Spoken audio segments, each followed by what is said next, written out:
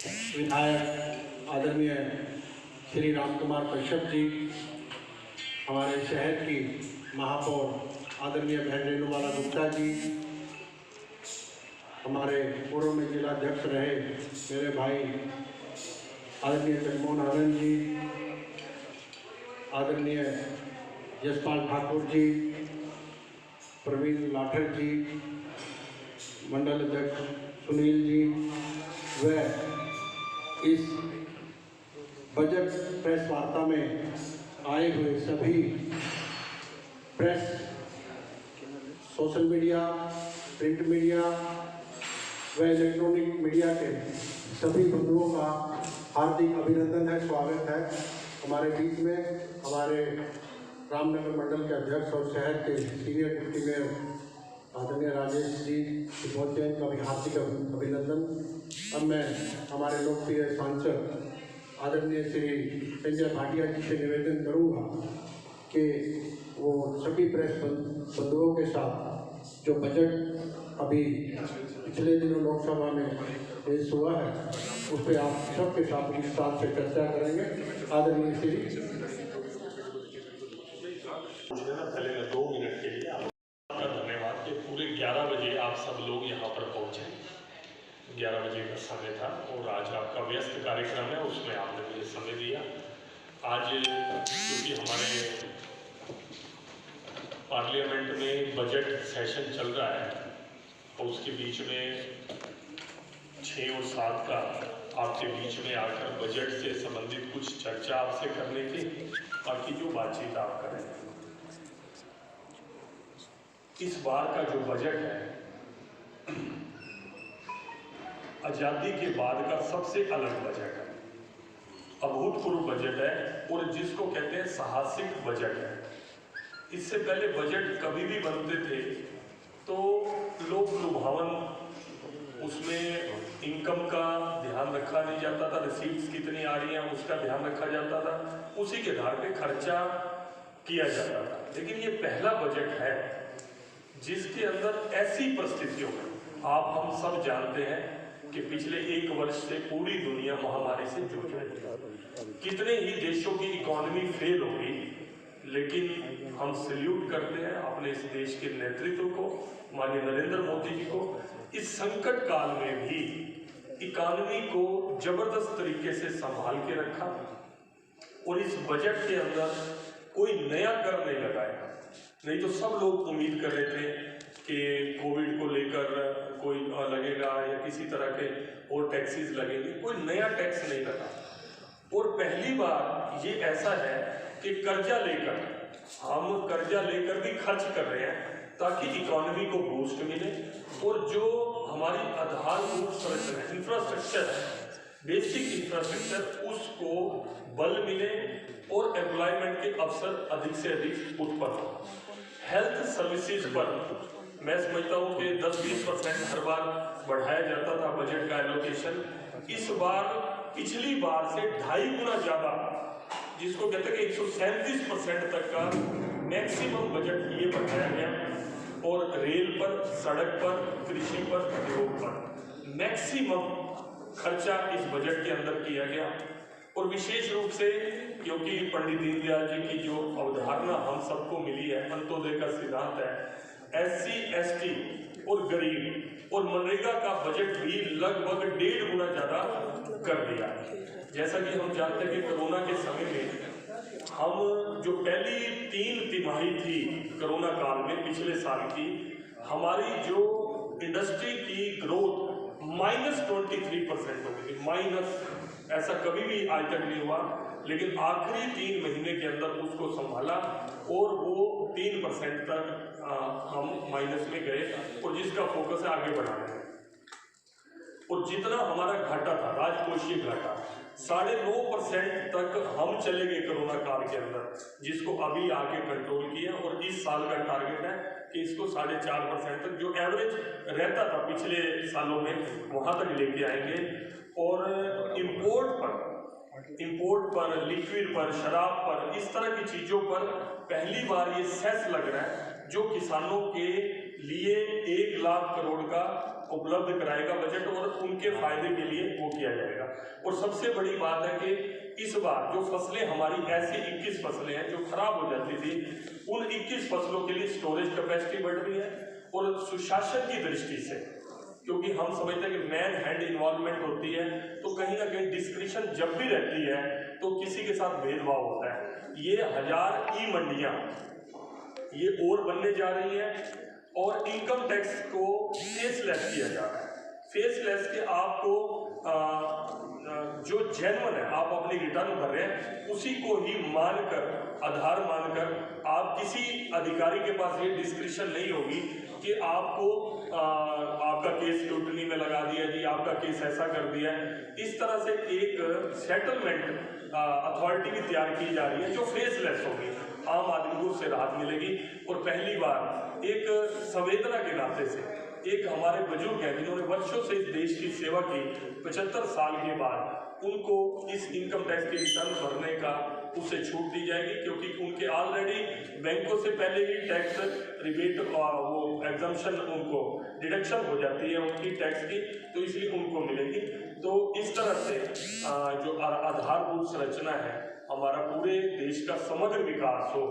और जिसका आपने सबसे बड़ा एग्जाम्पल आपने देखा जिस दिन बजट हमारा घोषित हुआ उस दिन आप देखिए कि सेंसेक्स में लगातार एक जबरदस्त उछाल आया, जबकि लगातार ये सेंसेक्स डाउन जा रहा था, इकोनॉमी डाउन जा रही थी। तो एक ये नए युग की शुरुआत हुई है और मैं कहूँगा कि ये साहसिक बजट है। सिर्फ वाहवाही लूटने के चक्कर में जिस तरह के बजट आते थे उन बजटों को विराम लगा और एक नए युग की शुरुआत हुई। क्या कहना चाहेंगे सर? आज किसान चक्का जाम कर रहे हैं तो अभी 12 बजे किसानों से कुछ अपील कर रहे हैं? किसान हमारे भाई हैं, भाई नहीं है, मैं भी किसान ही हूँ। मैं किसान परिवार से, मेरे पिता 86 साल की आयु में आज खुद अपने हाथ से ही खेती करते हैं। मैं पूरी ईमानदारी और दावे के साथ कह सकता हूँ, हम कहाँ तक सफल होते हैं नहीं होते, लेकिन मैं कहता हूँ कि इस देश का जो नेतृत्व है माननीय नरेंद्र मोदी जी, वो किसान और मजदूर और गरीब का बुरा सोच सकता है, ऐसा संभव ही नहीं है। ये जो कृषि कानून है आज तक कोई ये समझाने में सफल नहीं हो पा रहा कि इसके अंदर काला क्या है। काला कानून कहकर नारे लगाकर आप बताइए कि इसके अंदर क्या है। और जब बार बार हम और सरकार ये बोल रही है कि आप इसमें जो चेंज चाहते हो, ये पेपर मैं आपके हाथ में देता हूँ कि आप इस पे लिख दीजिए, हम इसके अंदर ये चेंज चाहते हैं, वो चेंज हम करने को तैयार हैं। बार बार बोला जा रहा था कि एमएसपी बंद हो जाएगा, खत्म हो जाएगा, मंडियां बंद हो जाएंगी। मैं कहता हूँ कि इस बजट के अंदर ही वो देख लें, उनको जवाब मिल गया कि पिछली बार जितना पैसा धान की खरीद और गेहूं की खरीद के लिए पैसा एलोकेट किया गया था, इस बार कई उसमें लगभग 25-30 हजार करोड़ का इजाफा करके धान में भी और गेहूं की खरीद में बढ़ाया गया उसका, ताकि रेट भी ज्यादा मिलेगा एमएसपी और फसल भी ज्यादा किसानों से खरीदी जाएगी। ये सीधा सीधा इस बजट के अंदर एलोकेशन से ही पता लग जाता है। और जो ये लोग भ्रम फैला रहे हैं वो एक्चुअल में किसानों का कंधा यूज कर रहे हैं ताकि अगली राजनीति को देखकर, क्योंकि जितने लोग आज मोदी जी ने इस देश को इतना ताकतवर बना दिया, कितने आप देखिए आज हमारी सेना इतनी मजबूत हो गई है और इतना आज इस बार रक्षा बजट भी और बढ़ाया गया है ताकि हमें जो लेटेस्ट टेक्नोलॉजी है, चाहे वो लड़ाकू विमान है, चाहे वो बुलेट प्रूफ जैकेटें हैं, चाहे हमारे जवानों की सुरक्षा हो पाए तो उनको नुकसान ना हो, जान माल की हानि ना हो, इतनी ज़्यादा चिंता करके बॉर्डर एरियाज को, मैं अभी जम्मू कश्मीर में होके आया हूँ, हर घर के अंदर बंकर बना दिया है जितने बॉर्डर एरिया के अंदर थे। इतना ज़्यादा चिंता माननीय नरेंद्र मोदी जी इस देश की कर रहे हैं और अंतर्राष्ट्रीय स्तर पर बेस्ट प्रधानमंत्री, बेस्ट नेता पूरी दुनिया के अंदर उनको माना गया है। तो मैं चाहता हूँ कि किसान मेरे भाई हैं और वो अच्छे हैं, वो कभी इस देश का बुरा सोच ही नहीं सकते, इस देश का नुकसान हो जाए ऐसा सोच ही नहीं सकते। मैं समझता हूँ कि वो देशभक्त कौम में हमारे किसान भाई हैं, तो सारी चीज़ को अच्छे से समझ के तो जो अमेंडमेंट्स चाहते हैं वो हर चीज़ के ऊपर तैयार है। पाटिल सर्वदलीय बैठक हुई, सरकार कहेंगे संशोधन करेंगे, लेकिन किसान ये कहते हैं कि बिल वापसी तो घर वापसी। तो एक बात सुनिए, ये भी पीछे बात हुई किसानों की ये बात भी मान ली। उन्होंने कहा जी आप इसको 1.5 साल तक के लिए, जो बात मानी जाती है वो सब लोगों के सामने आती है, उसके बाद भी जस का तस वो स्थिति आ जाती है। तो हर चीज मानने के लिए तैयार हो गए। उन्होंने कहा भाई आप 1.5 साल के लिए इसके लिए रोक लगा देते, वो भी मानने के लिए तैयार हो गए। अगर आप किसी कानून की इम्प्लीमेंट ही नहीं करते तो कानून तो रुक ही गया ना। मतलब बोले इस किसान आंदोलन के चलते क्या जो बीजेपी नेता है डर के साए में, क्योंकि किसी भी बीजेपी नेता की झंडी उतार दी जाती है सड़क पर? नहीं, डर के साए में तो बिल्कुल भी नहीं है। और मैं जहाँ तक अपनी बात कह सकता हूँ, और आप सब लोग जानते ही हो, मैं तो बिल्कुल ऐसे फ्री माइंड बोलता हूँ, और आपने देखा है कहाँ मैं तो बिल्कुल वो करता हूँ। दूसरी बात, डर का साया नहीं है। एक बात, मेरा भाई है और वो उसने जिद बांध भाई मैंने गुस्सा कर दिया, तो मैं उस घड़ी को टालता हूँ। कोई डरता नहीं है, कोई सरकार को नहीं डरती। सरकार कौन है? इन किसान भाइयों से मिलकर ही सरकार है। जितने पुलिस कर्मचारी हैं, जवान हैं, उनसे मिलकर ही सरकार है। हम सब लोग पत्रकार बंधु जितने हम सबसे मिलकर आपस में, अगर जैसे घर में भी झगड़ा हो गया, मियाँ बीवी का आपस में झगड़ा, तो एक गुस्से में हो तो दूसरा शांत रह जाता है, तो ये उस तरह का शांत है, इसको आप डर। सर, एक सर्वदलीय बैठक हुई प्रधानमंत्री नरेंद्र मोदी की, और उस पर उन्होंने बाहर आकर कहा कि वे एक कॉल किसानों से दूर हैं। पीएम मोदी ने ये भाषण दिया, लेकिन अगले ही दिन जो है तीनों बॉर्डर्स पर कीले गाड़ दिए गए, कंक्रीट के वॉल बना दिए गए। तो किसान नेताओं ने सवाल पूछा कि वो कोई आतंकवादी नहीं है जो इतने तगड़े इंतजाम वहाँ पर कर दिए गए, इस पर क्या कहना है? इसमें मेरी बात सुनो, वो प्रधानमंत्री जी की बात के साथ आप उन कीलों को ना जोड़ो। प्रधानमंत्री जी ने तो आज भी वो निरंतर टच में है, किसानों के टच में है। और मैं समझता हूँ किसान संगठनों की, और विशेष रूप से टिकैत जी ने बोला भी सही कि हम प्रधानमंत्री जी का सम्मान करते हैं, प्रधानमंत्री जी की बात खा ली जाएगी।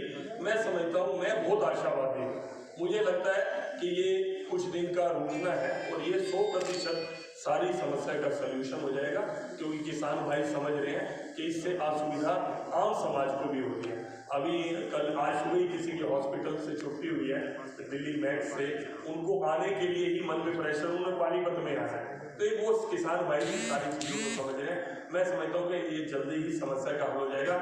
सिर्फ मैं विपक्ष से कहूँगा कि वो अपनी राजनीति चुनाव के समय में कर दें। जब इलेक्शन आएगा, मैं इस बात पर, जब इलेक्शन आएगा उस वक्त आप हमारे खिलाफ वोट मांग लेना, हमें वोट ना डालने देना, वो काम वो कर लेना। लेकिन आज के समय अगर हम कुछ गलत कर रहे हैं, मैं राजनीतिक क्षेत्र में हूँ, मैं सरकार में हूँ, मैं गलत कर रहा हूँ, मैं कोई गलत फैसला करता हूँ, मैं किसी से गलत व्यवहार करता हूँ, गलत कानून पास करता हूँ, तो एंड रिजल्ट तो वोट में ही आएगा ना। अगली बार कोई भी राजनीतिक दल के पॉइंट ऑफ व्यू से सोचो, हम अपना नुकसान क्यों करने वाले हैं? हम कहते हैं कि हमारे कहने से आप इन कानूनों को लागू होने दो और किसान की आय डबल होने दो, इस चीज से डरते हैं। दूसरी बात, विरोधी यहाँ पे आगे किसानों के बीच में कहते हैं कि ये गलत कानून है। अभी कल माननीय कृषि मंत्री जी ने पार्लियामेंट राज्यसभा के अंदर बोला है कि 2007 में खुद भूपेंद्र हुड्डा जी ने इस कानून को लागू करवाया, कॉन्ट्रैक्ट फार्मिंग, जिसमें तो किसान को सजा तक का और 5 लाख जुर्माने का प्रावधान था। केंद्र ने तो वापस कर दिया।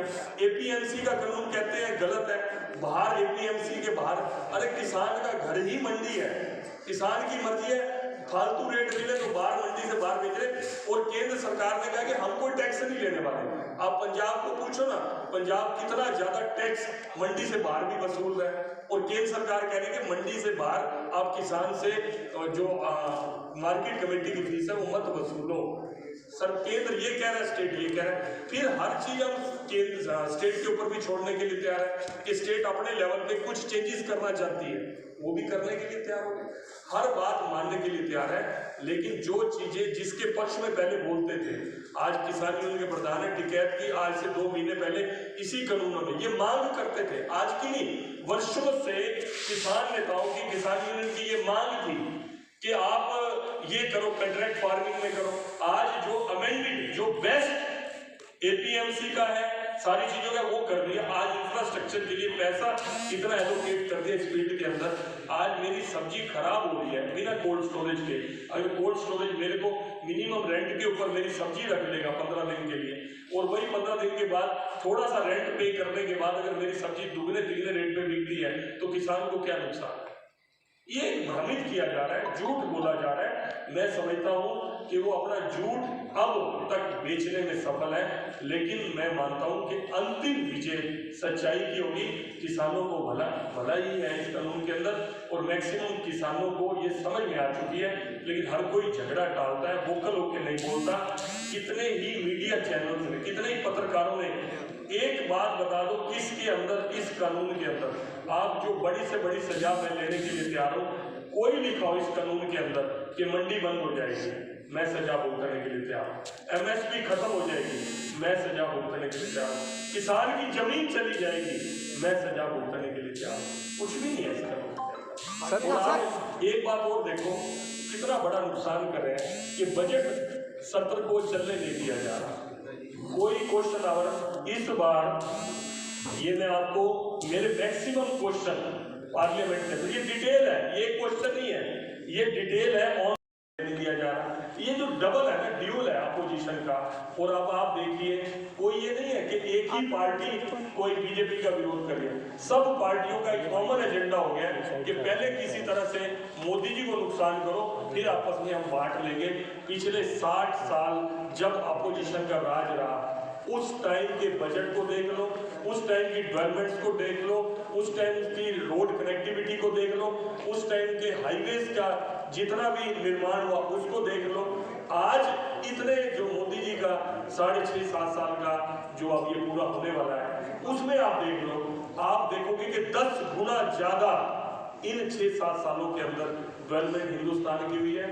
और जो एक हिंदुस्तान की एक छवि एक करप्ट कंट्री के रूप में विदेशों के अंदर थी, मोदी जी के आने के बाद हमारा देश उज्जवल हुआ है। मोदी जी के आने के बाद हमारे देश की प्रतिष्ठा बढ़ी। तो आपको क्या लगता है कि जब कानून लाया गया तो कहीं ना कहीं कमी रही, प्रचार प्रसार समय रहते, किसानों के बीच में जाते, फायदे गिनाए जाते, नुकसान गिनाए जाते, इतने में जो है विपक्ष पार्टी ने उसको कैच कर दिया? नहीं, ऐसा कुछ नहीं है, उन्होंने कैच किया या हमारी कमी नहीं। देखिए, कोरोना काल था, कोरोना काल के अंदर जितनी कनेक्टिविटी लोगों की कम से कम रखने का वो था, सोशल डिस्टेंसिंग का था, गैदरिंग्स का नहीं था, तो उसमें। और बाकी कृषि कानून, ऐसे कई कानून पास होते हैं, ये जानबूझ के हाईलाइट किया गया क्योंकि आज कांग्रेस के लिए, किसी और विपक्षी दल के लिए अपने पक्ष में कहने का कुछ भी नहीं है।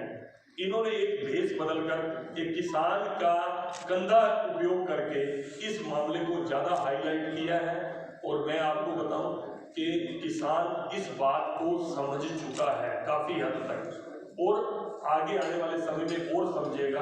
फिर उनको पता लगेगा कि उनका कौन मित्र था, कौन उनका भला चाह रहा था, और कौन राजनीति की आड़ में उनका बुरा करने का प्रयास कर रहा था, कौन लोगों को केवल और केवल वोट की चिंता है। ये बात मेरे किसान भाइयों को 100% अभी काफी हद तक समझ आ चुकी है। सर, कांग्रेस के रणदीप सुरजेवाला ने भी आरोप लगाया कि दीप सिद्धू जो है RSS का बंदा है और तभी उसकी गिरफ्तारी नहीं हो रही है। पिछले दिनों रणदीप सुरजेवाला ने कांग्रेस की कॉन्फ्रेंस करके बात कही, लेकिन अब तक आप समझते हैं कि मामला अगर दर्ज हुआ है तो गिरफ्तारी होनी चाहिए? रोज वो वीडियो अपडेट्स कर रहा है, फेसबुक पर धमकियां दी जा रही है, आपस में बातचीत की जा रही है। 100% गिरफ्तारी भी हो जो जिनके खिलाफ हुआ है, और मेरे ख्याल उनके ऊपर तो मैं शायद सोशल मीडिया से जानकारी मिलती है, मेरे ख्याल 1 लाख नाम भी उसके अंदर रखा है। सुरजेवाला जी का तो मैं हमेशा बहुत ज्यादा रिगार्ड करता हूँ, क्योंकि इसलिए करता हूँ कि वाकई में उनका काम बड़ी हिम्मत का काम है कि हिंदुस्तान के सबसे बड़ा जिनके ऊपर जोक्स बने हैं, ऐसे व्यक्ति का बस्ता उठाकर उसके पक्ष में, राहुल गांधी के पक्ष में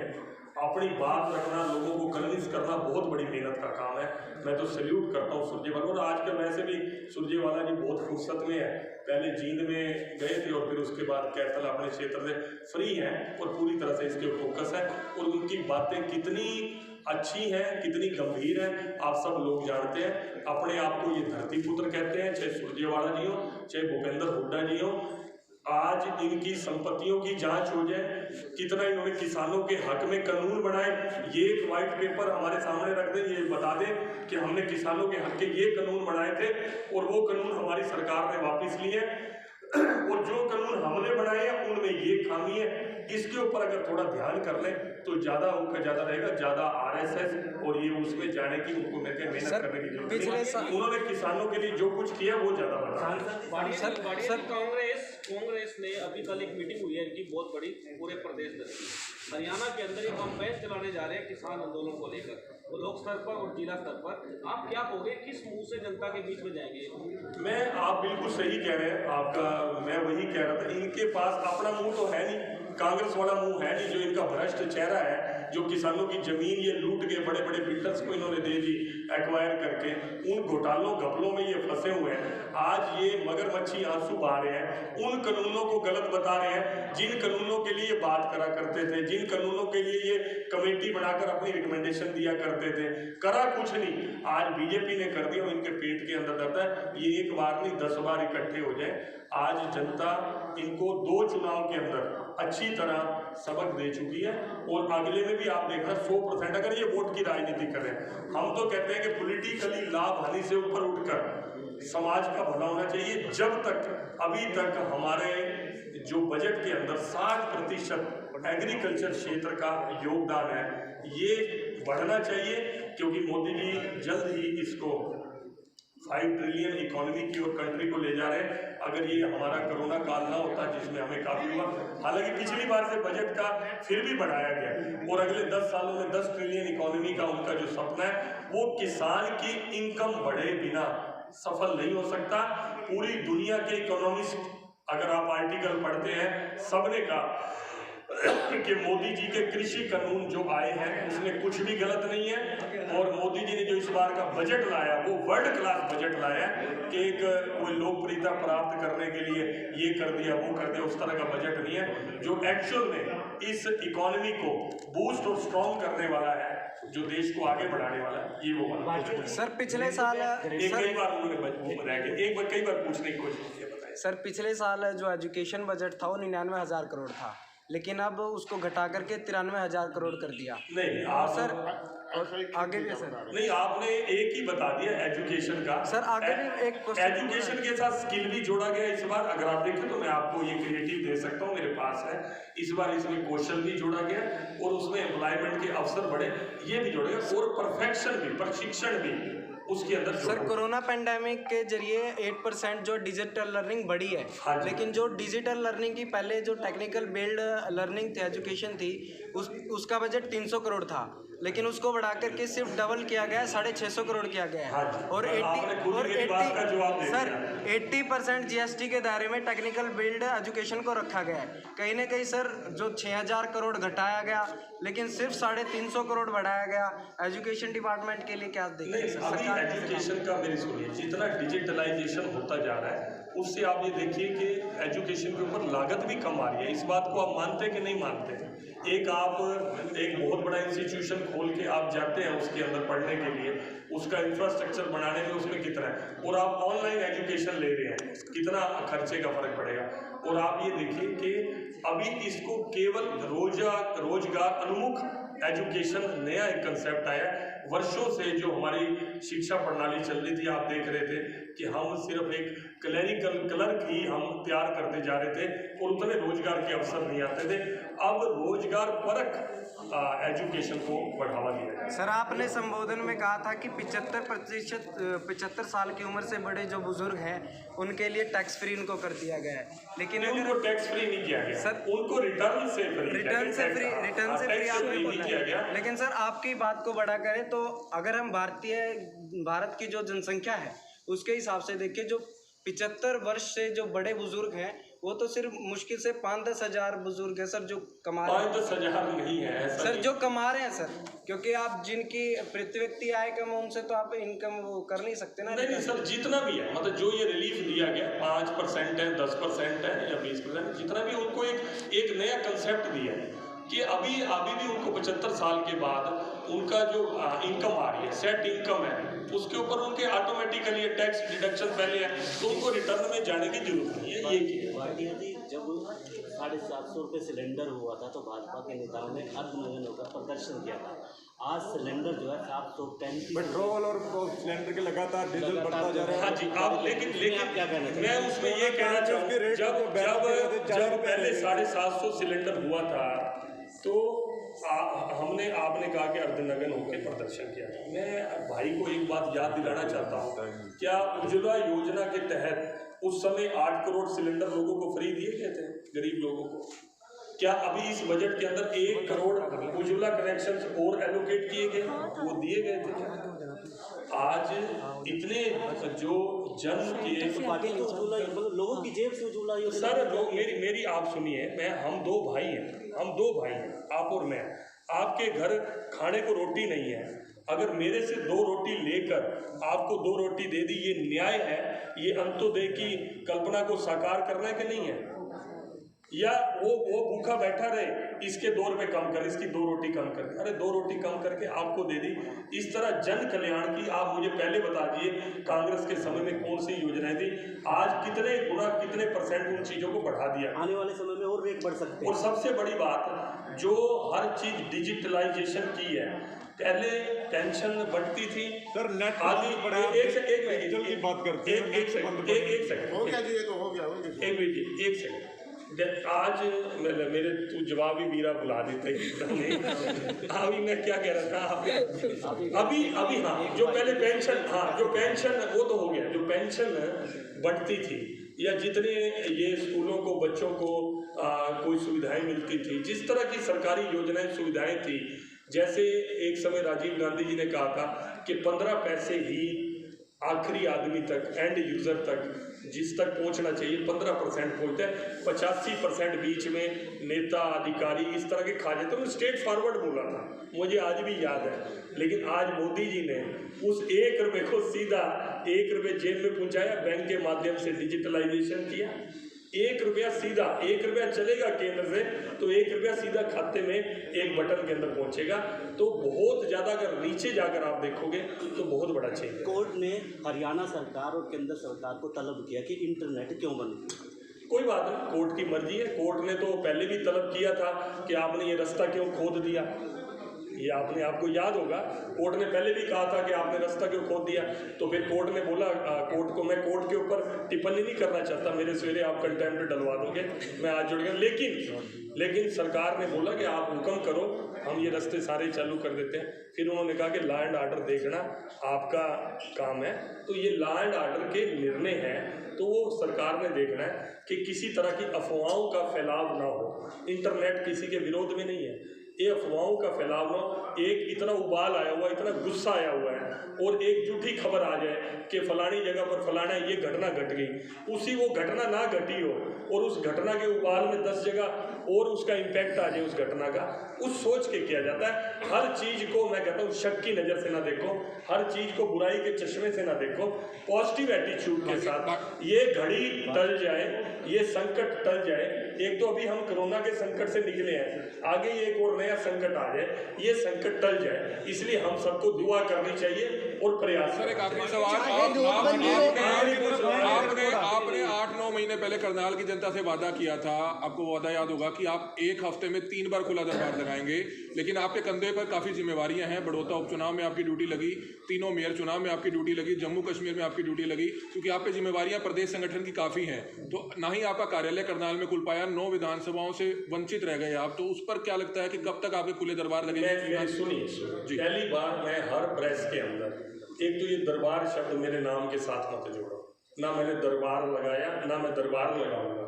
दरबार की इस बात में कोई राजे महाराजे हैं जो दरबार में, जन समस्या जन संवाद है, जैसे मैं आपसे मिल रहा हूँ, जन संवाद है। लेकिन आपकी बात बिल्कुल सही है, उस समय जब जन संवाद के कार्यक्रम चल रहे थे, यही सोशल मीडिया में कोरोना के कारण मेरी आलोचना भी काफ़ी हुई, मेरी नाराज़गी भी हुई, मेरे को शिकायत भी हुई कि संजय जी कोई ध्यान नहीं रखते, इतनी ज़्यादा लोग उसके अंदर आते थे, आप खुद भी काफ़ी पुरानी बात हो गई। हाँ, मैं वही कोरोना काल के अंदर अभी।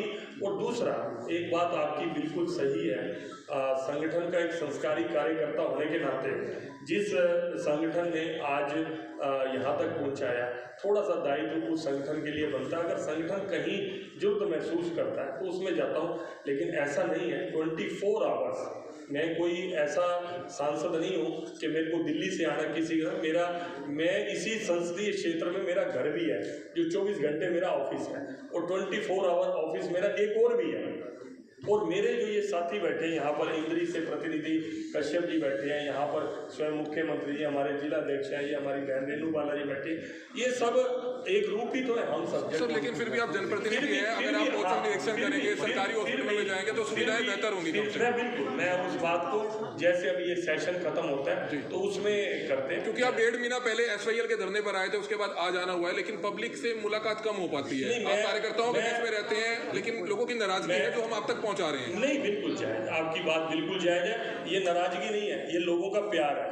उनकी एक सेटिस्फेक्शन होती है कि संजय जी से मिल लिया, संजय जी को बात करेंगे। प्यार में सर 5 साल पूरे हो जाएंगे, कोई बात नहीं, 5 साल नहीं पूरे होने देते, भाटिया जी करनाल की तरफ है, पूरे नहीं होने देते 5 साल। लेकिन अगर आप ऐसी दुआ ना दो कि 5 साल पूरे हो जाए, आप ऐसी दुआ ना दो 5 साल पूरे, सरकार के 5 साल पूरे हो गए। हाँ जी, कोई बात नहीं। जितना ऐसा है भाई साहब, मेरा कोई ऐसा दिन नहीं है जो मेरे जो ऑफिशियल अकाउंट है उसके ऊपर ना हो। जिस दिन से मैं सांसद बना हूँ उस दिन से लेकर हर दिन की अगर आप देखेंगे, अगर डेट डालेंगे तो डेट पे आपको पता लगे उस डेट पे मैं अपने लोकसभा क्षेत्र की किस एक्टिविटी में था। कोई दिन ऐसा नहीं है, अगर मैं पानीपत में हूँ, घर पे हूँ, अगर सेशन के दिन नहीं है तो सवेरे ऐसा नहीं होता कि मैं अपने लोकसभा क्षेत्र के लोगों से नहीं मिलता। करनाल में बैठने का कारण सिर्फ ये था कि करनाल वालों को पानीपत आने में दिक्कत ना हो, इसलिए। ऐसा नहीं है कि मैं लोकसभा क्षेत्र अगर मैं करनाल में नहीं हूँ तो मैं पानीपत शुरू करेंगे, पानीपत नहीं, दोबारा कर देंगे। अब वो आप जो कह रहे हैं उसी आप कहेंगे, इसी गाइडलाइन से चलो, मैं उसी गाइडलाइन से। भाटिया जी जो करनाल की सड़कें बनाई गई, 1 साल पहले आपसे सवाल पूछा गया था, एज इट वो वीर जी कई बार पूछ चुके हैं, दसो। सड़कें सारी जितनी भी सड़कें हैं जितनी बनाई जा रही हैं वो टूटती जा रही हैं। आज से 1 साल पहले भी आपसे सवाल किया था, आपने कहा था जांच करवाएंगे, कोई जांच नहीं। मैंने तो कोई ऐसा नहीं कहा होगा, यहाँ पे बैठे हैं मेयर जी, अगर कोई ऐसी कोई है, आपने पिछले साल मैंने 12 सड़कें पहले दिन ही आपको दी थी, लेकिन आज नहीं 12 सड़कें आपने मुझे दी थी। हाँ आपको ही दी थी। नहीं वीर जी ये रखो, मीडिया देखे सही से बोलो। 12 अच्छा, वो 12 सड़कें ਜਿਹੜੀ ਤੁਸੀਂ ਦਿੱਤੀਆਂ ਤੁਹਾਡੇ ਕੋਲ ਹੋਣਗੀਆਂ ਇਸ ਟਾਈਮ ਵੀ? बिल्कुल ਦਿਓ ਇੱਕ ਕਾਪੀ ਹੁਣੇ ਸੈਂਡ ਕਰੋ, ਲਿਆਓ ਥੋੜਾ दिखाओ। आज तो पहले तो नहीं ਦਿੱਤੀਆਂ लेकिन भाटिया जी, आम जनता से जुड़ा मुद्दा है, लोगों के आशियाने तोड़े जा रहे हैं। जब वो कॉलोनी में जगह लेते हैं, बाकायदा रजिस्ट्री तहसीलदार करो, 10 जगह रजिस्ट्री चेक होकर तब आखिरी सर किसी तहसीलदार के खिलाफ कार्रवाई नहीं हुई आज तक, जो अवैध रजिस्ट्री अगर पैसे लेते हैं। कल भी करनाल में काफी हंगामा हुआ, एक कॉलोनी की लिस्ट में भी कार्रवाई हो रही है, व्यापारियों के गोदाम तोड़ दिए गए और बाद में अगर सिफारिश पहुंची, बीजेपी की पार्षद पहुंची तो 80% तोड़कर DTP साहब चलते हैं। वैसे ये ना, मैं आपको आप वैसे इसको मीडिया के ऑफ भी बात कर ले तो ज़्यादा मैं इसकी बहुत जानकारी रखता हूँ जी। जो रजिस्ट्री हुई रिवेन्यू एक्ट के तहत सुप्रीम कोर्ट की गाइडलाइंस है कि आप किसी भी सेल डीड को करने से कोई भी तहसीलदार मना नहीं कर सकता। ये मैं आपको एक्ट में बता रहा हूँ। और जब रजिस्ट्री होती है, कभी भी प्लाट की रजिस्ट्री नहीं होती, कभी भी उस कॉलोनी के प्लाट के नाम से रजिस्ट्री नहीं होती। जितनी अनऑथराइज्ड कॉलोनी है उनके नहीं, कृषि के नाम से होती है जी। कृषि भूमि इतने बड़ा इतने का भाग, अगर टोटल 10 एकड़ जगह है उसका इतने भाग की रजिस्ट्री होती है। जितनी भी आप, लेकिन लोगों का कहना है कि जब बन रहा होता है तब क्यों नहीं आते, जब बन जाता है बने हुए पे भी जाते होंगे, आप एक बात बताइए लोगों को, आपको क्या लगता है? मैं भी हूँ कि अगर मैं अनऑथराइज्ड कॉलोनी में प्लाट ले रहा हूँ या ऑथराइज में ले रहा हूँ, क्या आपको लगता है प्लाट लेने वाले को जानकारी? अवैध कॉलोनी एक राइस चैलेंज में अगर 150 रजिस्ट्री बेचे जा रहे हैं, अगर कोई नई कॉलोनी कटी हुई को भी आप चाहते हो कि वो अनप्लैन्ड डेवलप होनी चाहिए, आपका कहना ये है क्या? सर जो डेवलप हो चुकी है, एक डेवलप कॉलोनी थी, सड़कें अच्छी बनी हुई थी, लेकिन उसमें सड़कें सरकारी बनी हुई थी नहीं, वहाँ पर अपनी बनी हुई थी, अपनी बनी हुई को लोग अपने इलाकों में पहुँच नहीं पाते। वहाँ पे फिर बिजली का कनेक्शन कैसे लगता है? अगर वो 10 एकड़ से 100 गज का प्लाट आ गया, मॉडल टाउन में ग्रीन बेल्ट का एरिया है, उस पर कब्जा हो गया है, वहाँ तो नहीं जाते ये करवाना चाहते हैं। आप तो मकान ही तोड़ नहीं सर, आप बिजली के कनेक्शन बंद करवाना चाहते हैं। देखिए आप प्रश्न का उत्तर ले लो। आप मेरे ख्याल बहस ना करें, प्रश्न का उत्तर ले लो। सर बहस क्यों? प्रश्न का उत्तर ले लो मेरे वीर जी, प्रश्न का उत्तर ले लो। मैं देना चाहना तो उसी पूरा तो होंगे, मैं देना चाहना जो मुझे कानून की नॉलेज है मैं वो डिस्कस कर रहा हूँ। यहाँ कौन सी कॉलोनी टूटी है, यहाँ कौन सी कॉलोनी पे कार्रवाई होने वाली है, मैं ईमानदारी से कहता हूँ मुझे पता नहीं है। मैं आपसे एक्ट डिस्कस कर रहा हूँ। जो आप बिजली का कनेक्शन, पानी का कनेक्शन, ये एक बेसिक है, जीवन है। वो मकान उसका ठीक बना गलत बना उसको नहीं रोकना चाहिए, उसकी रजिस्ट्री ठीक हुई गलत हुई उसको नहीं रोकना चाहिए। लेकिन न्यूली डेवलप्ड कॉलोनी रोज ही आप अनप्लैंड करने से, अब मेरी सुनो, अनप्लैंड कॉलोनी है, कॉलोनाइजर ने अपने फायदे के लिए 10 फुट की गली छोड़ दी और 10 फुट की गली के अंदर, भाई साहब 2 मिनट, 10 फुट की गली के अंदर आपने मकान बना लिया। In case of accident, in case of fire, क्या फायर ब्रिगेड की गाड़ी उस गली के अंदर घुस पाएगी? आप 10 फुट की गली छोड़ते हैं, 6-6 फुट के रैंप बना लेते हैं, आदमी का निकलने का हमें जीवन। सर ऐसी ही कॉलोनी को बीजेपी सरकार ने फिर अप्रूव कैसे कर दिया? सर एक तो पहले से बनी हुई है, उसमें देखिए, उसमें फिर क्योंकि अगर आप लोग अप्रूव करते हैं, उसका जवाब देता हूँ, उसका जवाब देता हूँ। जब सर मैं बता रहा हूँ आपको, सर आप अभी उनका जवाब दे दूंगा, नहीं तो उनकी अवमानना हो जाएगी। अगर उनका जवाब ना दिया तो अवमानना हो जाएगी। आप ही सुनो, अगर मोर देन 50% कंस्ट्रक्शन होगी और सरकार ने कहा कि अब लोग बस चुके हैं, अब सारे सबको तोड़ें क्या, उजाड़ दें क्या? जब एक लोगों की मांग आई कि एक नई डेवलप ना होने दो आप, तब आप लोग ही इस प्रेस कॉन्फ्रेंस में सवाल करते हो कि नई डेवलप मत होने दो, जो पुरानी है अब इनको रेगुलराइज कर दो। वो पुरानी रेगुलराइज हो गई क्या? वो गलत हुई क्या? वो पुरानी रेगुलराइज भी एक समाज की इच्छा थी, मांग थी, इसलिए की गई। सर एक आखिरी सवाल है, उसके बाद किसी आप आखिरी सवाल, आखिरी बताओ। आज तक एक भी कॉलोनी जिसमें पीला पंजा चला और वो डेवलप ना हुई हो, इसका रिकॉर्ड आप मीडिया को बता के प्रशासन को दें कि जहां पर पीला पंजा चला था उसके बाद आपने वो बनने नहीं दी, उसके बाद वहां पे और ज्यादा प्लाट बिकते हैं। सर एक बात सुनो, कानून अब आप एक इसी के साथ है सर, चलो इकट्ठे कर लो सारे। सर वो ये है कि जितनी भी अवैध कॉलोनियां कटी हैं उनके बिल्डर्स के खिलाफ मुकदमे दर्ज हुए हैं, एक भी बंदा अरेस्ट नहीं हुआ आज तक। और कॉलोनाइजरों का माने कहते हैं 1-2 जगह पीला पंजा चल जाए हमारे लिए काला टीका साबित होता है, क्योंकि 1-2 जगह के आपकी मेरे का बहुत बातचीत अनऑथराइज्ड जो अवैध कॉलोनाइजर है उनके साथ बहुत बातचीत होती है। सर लोगों से इनको काले टीके वाला भी पता है, उन्होंने कॉलोनाइजरों की भाषा में क्योंकि कुछ लिमिटेड जगह पर ही चलता है। आप सुनो भाई साहब, देखो कानून एक, आप देखो, आप भाई की तरह बात कर रहा हूँ मैं। कानून प्रेशर करने के लिए, आगे गलती ना हो उसके लिए बनाए भी जाते हैं, दबाव बनाने के लिए बनाए जाते हैं। उस कानून को लोग उस बात से डरे कि यार ये मेरा बना बनाया मकान का नुकसान हो जाएगा।